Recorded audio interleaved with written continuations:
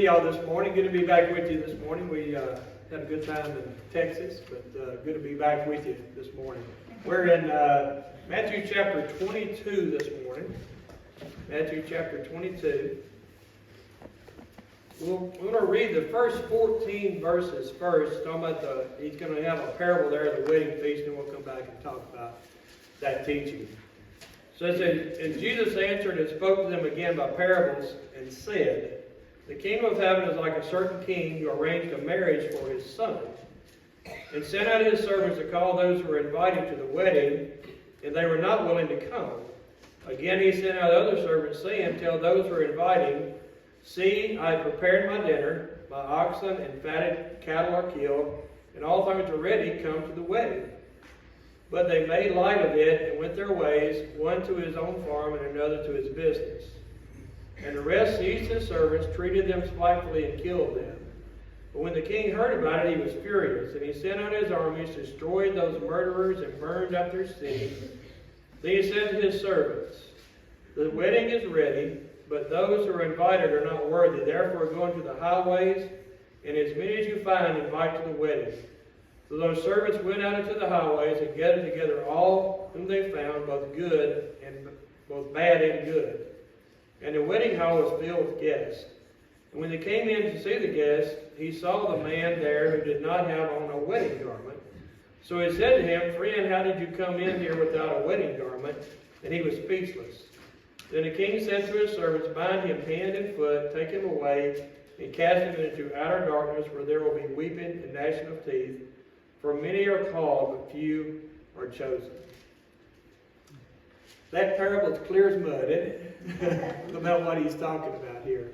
So, Jesus said he speaks to them in parables. We're going to have like 2 or 3 different parables in a row here that he's going to teach them. And for us, it would be a little hard to understand, because you have to understand what their weddings consisted of back then. So, a Jewish wedding back then, when he said a kingdom of heaven is like it to this man who arranged this marriage and planned this wedding feast, the way they worked was the couple made a contract to get married. In other words, remember when Joseph and Mary were betrothed to each other to be married? It was a wedding contract, and that was a contract. It was almost like they were married then. It was a contract that couldn't be broken. And about a year later, the groom would go to the bride's house where the bride was presented to him. And then from there, they would have a nighttime wedding procession to the groom's house, where they would have the wedding and a banquet feast. And all of this lasted about a week. So you think about, how involved this would have been. So Jesus uses this tradition they had of how they did this weddings. And if you remember later on, he's going to use the going from the bride's house to the groom's house, when he talks about those who had their lamps lit and those who didn't have their lamps lit. It's that same thing, that procession that was going from the bride's house to the groom's house. That's that time when they were supposed to have the oil lamps lit, and they made a parade out of it. So that's what he's talking about here. But he's trying to get them to understand that, he said, that's the way the kingdom of heaven is. So he invited all of these guests, and these guests would come to the wedding. But in this case, the man invited all these people to the wedding, and what did they do? They rejected his invitation.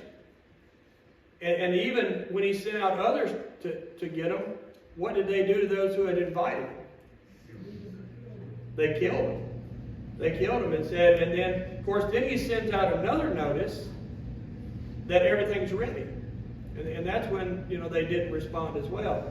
So that's the way they would do it. It would almost like today, today's tradition to send out a save the date kind of thing. Well, that's what they would send out an invitation. Here's the way it's going to be. And then right about the time they were having the wedding, he would send out another invite and say, hey, it's all ready. Everybody come to the wedding feast. We're going to have the banquet, and all these things were coming. So they rejected it. And so he said, well, just send out and let's invite everybody. And notice he says here, they went out and invited everybody, both good and bad, to come in. And so the wedding hall now is filled with those who accepted this invitation. So what is this lesson here he's trying to give them of the kingdom of heaven? Not everybody's going to accept the invitation. And remember who he's speaking to here. He's speaking to these Pharisees and the scribes and the Jewish leaders there who were rejecting Christ. And he said, this invitation is going to go out to you first. And remember, when the message of Christ was sent out, who was it sent out to first? The Jews. And then they rejected that message. In fact, they killed Jesus. They were the one that killed Jesus. And then the message went out. The reason he was killed was for your sin and your salvation, but they still rejected him being that Savior. And he said, that's what this is like. It's like this wedding feast that you were all invited, but you rejected it. And so it now is invited to the Jews and the Gentiles. And everybody's invited. But he said, there are few that are chosen to be invited. Everybody's chosen to be invited, right? To come in. But how many are going to answer the call? There's going to be few, he says, that answer the call. So he was giving them the history of what's getting ready to happen in the gospel of Christ going out. And it's going to go first to the Jewish nation, and they're going to reject it. And think about what they did to those who were teaching the gospel back then. Put them in prison, killed them. They were for teaching. And then he's going to choose, he chose Paul specifically to go to the Gentiles, to present that message to them. So now it's going to be everybody. What's interesting to me is, what about this one that didn't have on the garment, the wedding garment? When I got to that part, it kind of threw me a little bit of a curve. It's like, he comes in, he sees all of those that are there, and this one didn't have on the wedding garment. Well, when you go back and study them again, most of the time when they plan these weddings, the groom's family would furnish for them garments to wear at the wedding. So they would furnish them the garments for the wedding garments that they have on when they went to this banquet. This person did not have on the wedding garment. And it wouldn't have been that they couldn't afford it or didn't have access to one. They just chose not to put on the garment. And so he said they took him and they threw him out, basically. You're not worthy because you don't have on the garment. Well, what is that teaching? With non-believers. Yeah, so what he's really teaching there is there's only one way we get to God, and that's through who? Through Jesus. It's your faith, your faith in Jesus, your obedience to that gospel of Christ, that acceptance of Christ. That's what gets you into the kingdom. This one had rejected Christ. In other words, he didn't put on what God provided. And now I think that was really the teaching for them back then, that here's this, the groom's father is providing this garment for you. You have no reason not to have it, except you rejected it, and you didn't have it on. You can't reject Christ and get to heaven. You can't reject him and get to heaven. And that's really what he was trying to teach them back then, is you've rejected Christ. You've rejected what God sent you, and because of that rejection, and you kill those who are bringing the message to you, what's going to happen to the temple in Jerusalem later on after this prediction is made by Christ? When he said he came and he burned down the city and all that, what's going to happen to Jerusalem and the temple and all that? It's going to be destroyed. And the ones who destroyed it were the Romans. They came in, destroyed the temple. When Titus was in reign, he came and destroyed the temple, burned the city. And so that was all coming into play. But anybody not accepting, not putting Christ on was going to be refused. And that's really the bottom line he's trying to get to. The garment represents the righteousness of Jesus. Right. And you have to put that righteousness on to be accepted. It's not our righteousness, it's his righteousness we have to put on to be accepted. That's my sermon next week. Y'all are really good at getting into my sermons next week. That is my sermon next week. So So it is, we have to put on his, it's not our righteousness that gets us to heaven. It's the righteousness of Jesus. And you have to put that on, and that's what that garment is representing. Exactly right. Not knowing the wisdom of God other than what we read, had the Jews accepted Jesus Christ, the Gentiles, which is about 90-some-odd% of the world, wouldn't be offered the gospel. So there has to be a game plan why he blinded the Jews to the Jesus Christ message, and ultimately he will give them sight. But you made a statement that there's no way to get to heaven without Christ, and we do believe that. But there's umpteen million Jews that believe in God, and are you saying they're not going to heaven? I'm saying if you reject Christ, there's no way to go to heaven, period. And I agree with So you. if they, and I'm not saying a specific group, I'm saying anyone Right. who rejects Christ, he made it clear. There's one way to heaven. No one comes to the Father except what? Through Jesus. So it's through that acceptance of Jesus that we get salvation and forgiveness of sin and all those things.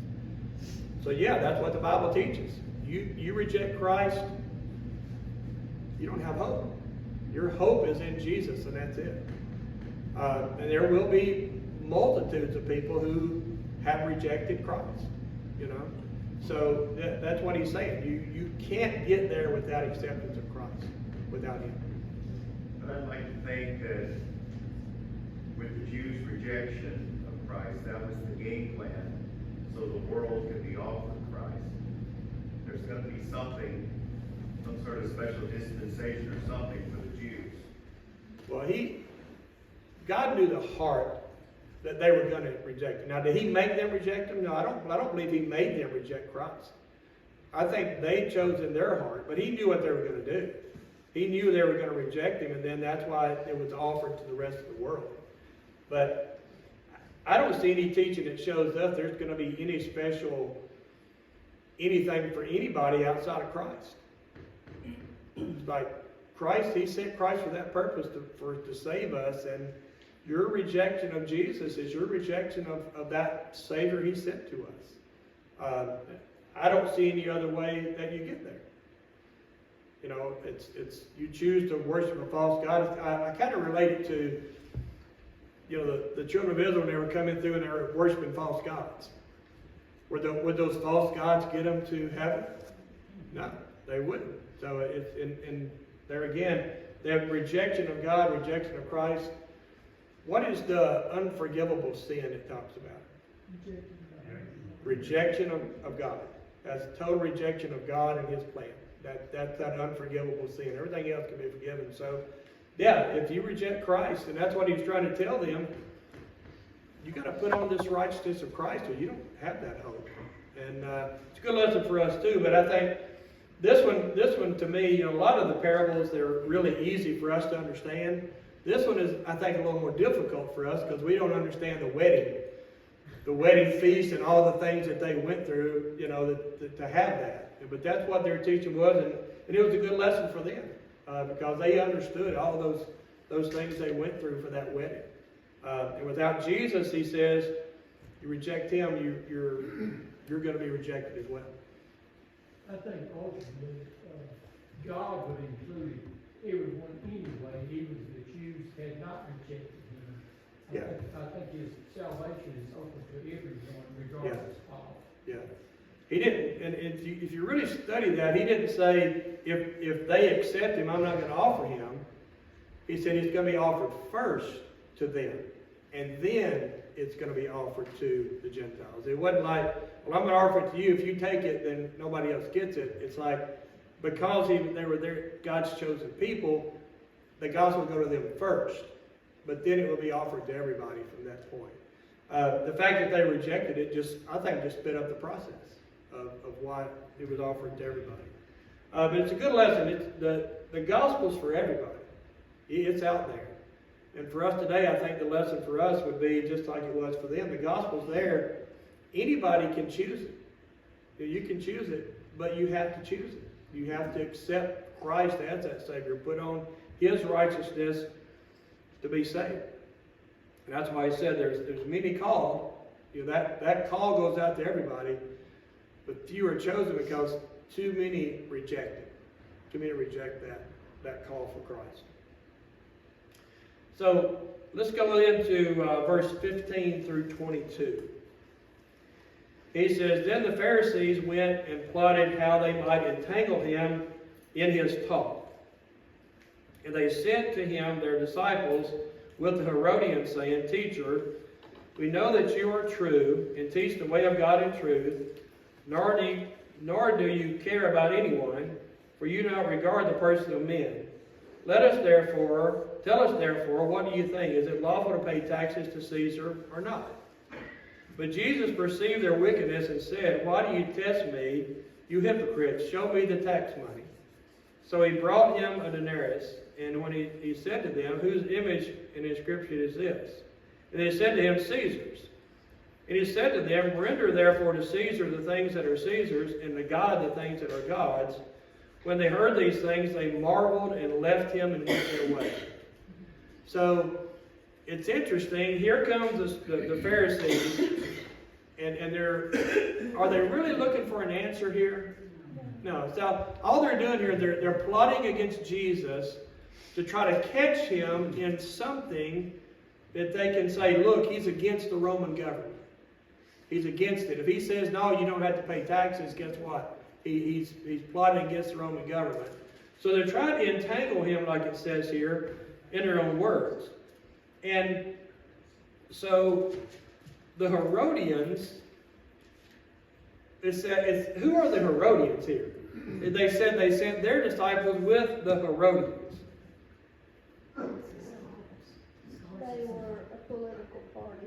They were a political party. There's not very much known about who they were exactly, but they were a political party that was in favor of the rule of Rome over the Jews. So they were a political party that agreed that Rome had the power over the Jews, and they were part of that. So that's why they sent them in. They wanted them to hear Jesus' answer, because they would be the ones that would go back to Rome and say, hey, he's teaching against this Roman rule. So they're trying to teach him here, and they're trying to trick him into this answer. And we see the wisdom of Jesus. I mean, how many people would have thought about, all right, show me whose inscription's on here? And they show him, said, let's bring it here. It said, whose image is it? Caesar's. Well, then you give to Caesar what belongs to Caesar and what? And you give to God what's God's. So not only did he give them the right answer about, yes, you have to pay taxes, but he also said, you also owe something to God. So he got two teachings in. He didn't allow them to trick him, because he said, yeah, if this is the law, you follow the law. If this is what belongs to Caesar, you render it to him. But there's also things you render to God, because they belong to God. So he not only gave them an answer that they couldn't trick him, but he also got a lesson in there for them. You obey the law of man, but you also obey the law of God. What lesson is that in for us today? Pay your taxes. Laws of the land. Are we obligated as Christians to follow the laws of the land? Romans 13 is a good teaching in that. It's like, God puts these places. We don't understand all the rule that's going on in the world, but guess what? He puts these things in place, and none of us like to pay taxes, but guess what? We're under that rule, and we pay taxes. That's what makes us obligated, and I think obligated as Christians to do that, to not question that. But you said something, people know Pharisees and Sadducees. The Pharisees had, I get they could be saved, but the Sadducees thinks there's no hope for you when you're. Well, Sadducees just believe you live, you die. They have no, and they're going to be brought up here in our next section. But they didn't believe in resurrection. In other words, you live, you die, you're done. That was their belief system. Pharisees didn't believe that. They believed, but they rejected that Christ was the Messiah that was going to save them. That was their issue. But it's a good issue. Christ's answer was, it was interesting. When they heard his words, they marveled And they left him. It's like, oh man, Got us again. he got us again. I'm going to get out of here. And later on in this chapter, we're going to say, it's going to say they went away and they didn't bother him anymore because of his answers. But it's like, man, we couldn't even trick him with this question. But they're always, their trickery was always to get him in trouble with the Roman government. That's how they were going to get him killed. Was only, yeah, he always answered their question with a question. Yeah, and it always tricked them up. So he had a good answer there. So let's go to 34, or excuse me, 23 through 33. It says, the same day, that's right after this has happened, the Sadducees, who say there is no resurrection, came to him and asked him, saying, Teacher, Moses said that if a man dies, having no children, his brother shall marry his wife and raise up offspring for his brother. There were with us 7 brothers. The first died after he had married, having no offspring, left his wife to his brother, likewise the second also, and the third even to the 7th. Last of all, the woman died also. Therefore, in the resurrection, whose wife of the 7 will she be? For they all had her. Jesus answered and said to them, You are mistaken, not knowing the Scriptures, nor the power of God. For in the resurrection, they shall neither marry, nor are given in marriage, but are like angels of God in heaven. But concerning the resurrection of the dead, have you not read what God has spoken to you, what was spoken to you by God, saying, I am the God of Abraham, the God of Isaac, the God of Jacob, and God is not the God of the dead, but of the living. And when the multitudes heard this, they were astonished at his teaching. So, it's interesting here, the Sadducees come to him, those who do not believe in the resurrection, and question him about the resurrection. So, the law back then was that if a man married, had no children, he died, that his brother would then take that woman as his wife to have children for him, in other words. So here they come up with this scenario, and you know, people do this today. They come up with these. What if? Yeah, what if this happens? And what if? But it would, to me, it would have been. But they come up with 7 brothers. Pass this woman along, and I'm thinking maybe he should have said, well, maybe she's killing him. I don't know what's happening here. But anyway, of course, they're trying to tangle him in those teachings back then, you know, and trying to tangle him into the resurrection. So it's like, all right, so here's what happened. You got one brother, then another, then you got 7 brothers. They've all had this wife. So since she's been married to all of them, then when everybody's resurrected, who's she going to be married to? So why are they even asking this question? They're trying to trick him into some answer that they can hold against him, into saying, well, she'd be the first or she'd be the last, whatever. And of course, these are people who don't even believe in the resurrection. So they're trying to even get tangled up about the resurrection itself. You know, why are you teaching this about the resurrection? But Jesus says, hey, you don't know. Basically what he said, you don't know what you're talking about. He said, you don't know the Scriptures regarding resurrection. Because in the resurrection, he said, there is no marriage. There is no husband and wife. He said, because they will be like what? Angels of God. So what does that tell us about what we're going to be in the resurrection? It doesn't matter. It's like what you say. He said there's not male and female. Think about it. Are angels male and female? You know, we name Mike. You know, Michael's got. You see a name of the angels, but there's not male and female. And you think about it, he created male and female, and he gave male and female the charge of doing what? Replenishing the earth. Reproducing, replenishing the earth. At that point in the resurrection, there will be no replenishing. There will not be the male and the female there. So he said, you don't know what the Scripture says, because in the resurrection of the dead, there is no giving in marriage. There is no giving in marriage. They're gonna be like angels. In other words, we're gonna be spiritual beings. This is hard for us to fathom, isn't it? I think it's hard for us because we think about our earthly relationships with each other and, male and female and families. But he says in the resurrection, we're spiritual beings. We're like the angels.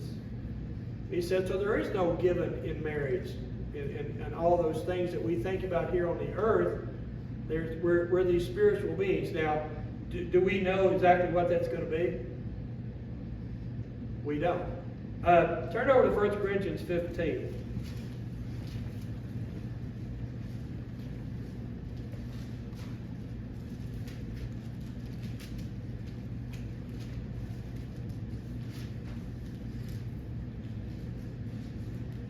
I'm going to start reading there at 42. He says, so also is the resurrection of the dead. The body is sown in corruption, it is raised in incorruption. It is sown in dishonor, it is raised in glory.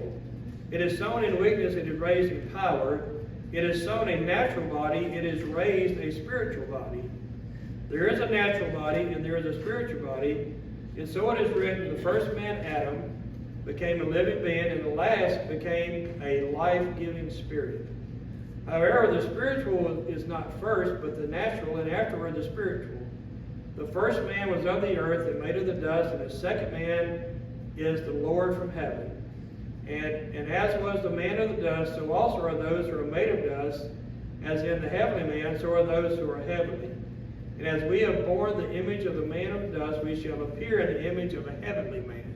In other words, we come into the world a physical being. We have a spiritual, part of us as well. But when we resurrect, we're going to be what? We're going to be spirit. We're going to be a spirit. Also look at Philippians 3 and verse 2. Give me verse 21.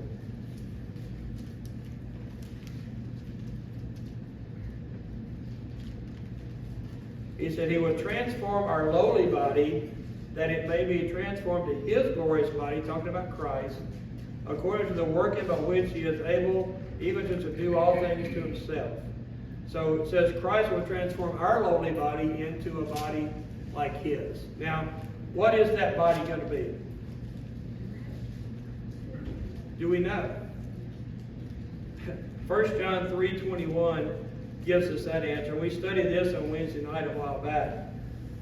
There's a lot of questions come up about what is the body going to be when we resurrect and all that. John says, beloved, if our heart did not condemn us, we have confidence toward God. Well, that's not the right one. Is it 1 John 3 verse 2.